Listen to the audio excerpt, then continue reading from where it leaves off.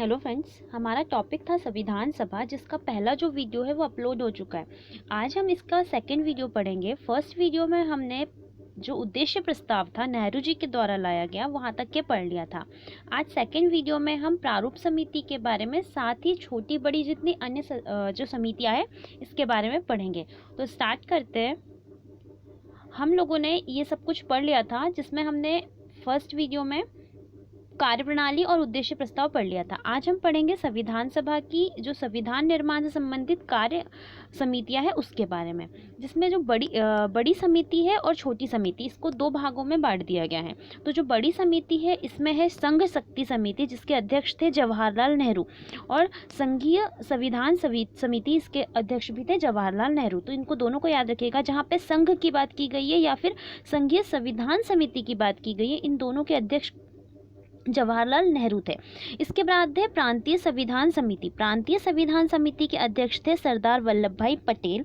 प्रारूप समिति, इसे हम डिटेल में पढ़ेंगे। प्रारूप समिति के अध्यक्ष थे डॉक्टर बी.आर. अम्बेडकर। फिर है मूल अधिकारों एवं अल्पसंख्यकों संबंधी परामर्श समिति, जिसके जो सदस्य थे अध्यक्ष थे वह थे सरदार वल्लभ भाई पटेल। और इसी के अंतर्गत जो मूल अधिकार की उप समिति है, इसके जो अध्यक्ष थे वो जे.बी. कृपलानी, और अल्पसंख्यक उप समिति के जो अध्यक्ष थे वो थे एच.सी. मुखर्जी।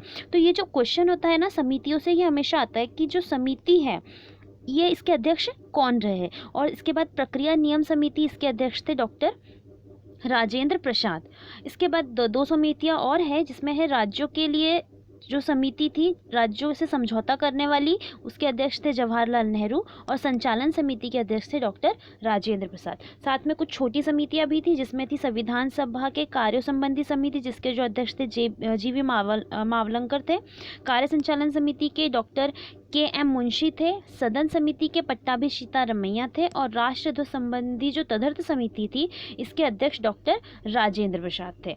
इसके बाद हम प्रारूप समिति को डिटेल से समझते हैं। जो प्रारूप समिति थी, जिसे हम ड्राफ्टिंग कमेटी के नाम से जानते हैं, इसका गठन 29 अगस्त 1947 को डॉक्टर बी.आर. अम्बेडकर की अध्यक्षता में हुआ था, और यह संविधान सभा की सबसे विशिष्ट समितियों में शामिल थी। इसके अंतर्गत 7 सदस्य थे। यह 7 सदस्यीय समिति थी, और इसमें इसके ही ऊपर प्रारूप समिति के ऊपर ही संविधान का प्रारूप निर्धारण करने की जिम्मेदारी दी गई थी। जो डॉक्टर बी.आर. अम्बेडकर है, इनका जो निर्वाचन था, भीमराव अम्बेडकर का निर्वाचन पहले बंगाल प्रांत से होता है, लेकिन संविधान सभा में। लेकिन क्या होता है कि जब विभाजन होता है तो वो जो क्षेत्र था, बंगाल प्रांत का क्षेत्र, ये पूर्वी पाकिस्तान में चला जाता है, और इसीलिए जो अम्बेडकर का जो पुनर्निर्वाचन किया जाता है, यह बम्बई से होता है। अब हम समझते हैं प्रारूप समिति के जो सदस्य थे वो कौन कौन थे।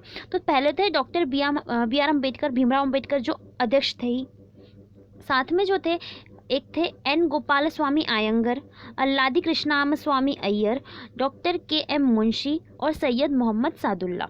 इसके अलावा 2 थे एन. माधव राव। एन. माधव राव को बी.एल. मित्र की जगह बनाया गया था, क्योंकि बी.एल. मित्र के स्वास्थ्य में कुछ प्रॉब्लम आ गई थी, जिसके कारण उन्होंने संविधान सभा की जो प्रारूप समिति है, इससे त्यागपत्र दे दिया था। और दूसरे थे टी.टी. कृष्णामाचारी। टी.टी. कृष्णामाचारी को डी.पी. खेतान की मृत्यु के बाद बनाया गया था, क्योंकि जब जो डी.पी. खेतान थे ये प्रारूप समिति के सदस्य थे, लेकिन 1948 में इनकी मृत्यु हो जाती है। इसके बाद जो सदस्य बनते हैं वो होते टी.टी. कृष्णामाचारी। तो ये जो इनके 7 सदस्य हैं, ये भी याद रखिएगा।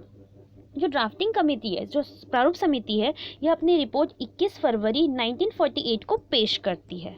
इसके बाद क्या होता है कि 3 जून 1947 को देश के बंटवारे की घोषणा की जाती है, और उस समय संविधान सभा में कुल 324 जो सदस्य संख्या है वो नियत कर दी जाती है, जिसमें 324 में से 235 प्रांत होते हैं और 89 देशी रियासतें शामिल होती हैं।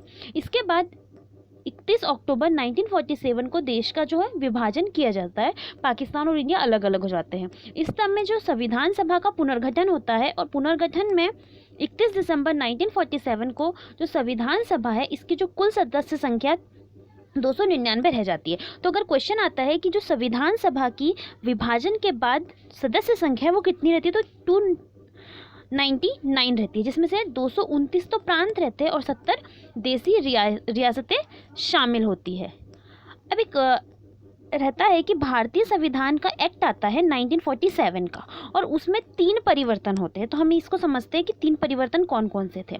तो जो संविधान सभा है, इसको पूर्णतः संपूर्ण निकाय बनाने की बात की जाती है, संप्रभु निकाय, जिसका मतलब ये होता है कि जो संविधान है, संविधान सभा है, यह अपनी इच्छा से जैसा चाहे वैसा संविधान बना सकती है। दूसरा होता है कि जो संविधान सभा है, इनको विधायिका भी बना दिया जाता है, और इसके 2 कार्य दे दिए जाते हैं, जिसमें संविधान निर्माण करना पहला कार्य होता है, और दूसरा देश के लिए विधि का निर्माण करना, ये दूसरा काम होता है।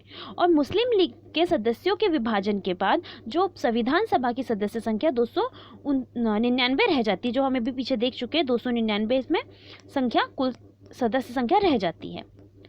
इसके बाद हम समझते हैं कि प्रारूप समिति जब अपनी रिपोर्ट देती है 21 फरवरी 1948 को, तो यहाँ पर क्या होता है, 3 वाचन होते हैं। मतलब हम समझ सकते हैं कि 3 मीटिंग इसमें होती है, जिसमें पहला जो वाचन होता है ये 4 नवंबर 1948 से लेके 9 नवंबर 1948 तक के चलता है। दूसरे वाचन को 15 नवंबर 1948 से लेके 17 अक्टूबर 1949 तक चलता है, और तीसरा वाचन 14 नवंबर 1949 से 26 नवंबर 1949 तक चलता है। और आपको याद होगा कि प्रस्तावना में भी यही डेट लिखी गई है, क्योंकि इस दिन क्या होता है, जो संविधान सभा है, इसका तीसरा वाचन होता है, और जो हमारा संविधान है वो पारित हो जाता है। और संविधान पारित होने के समय अगर सदस्य संख्या पूछी जाए तो 284 जो होती है, यह संविधान के पारित होने के बाद सदस्यों की संख्या रहती है, और संविधान को यहाँ पर आंशिक रूप से लागू कर दिया जाता है। और इस पर 248 लोग जो है हस्ताक्षर करते हैं, साथ में 8 महिलाएं भी इसमें शामिल होती है, जिसमें सरोजनी नायडू है, सुचिता कृपलानी आदि, ये सब कुछ शामिल होती है।